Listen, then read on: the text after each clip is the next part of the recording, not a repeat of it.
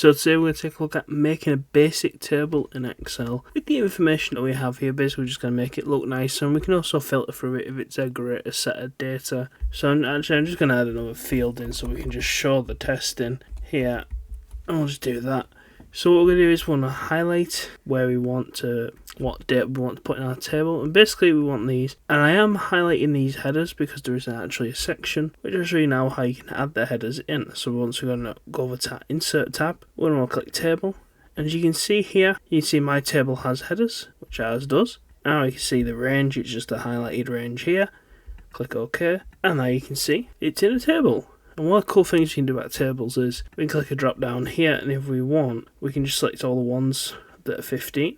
As you can see there, it only selects them ones. If we select all, it'll show them all. Like I said, just 15. There you go. And you can do the same on that on both sides. So you can also do it over here. Of course, if you've got a filter on one side, it's going to affect the filter on the other side. We see there that we have our other side in. That's how you make a simple table. Thanks for watching, guys. Please like, comment, subscribe, and I'll see you next time.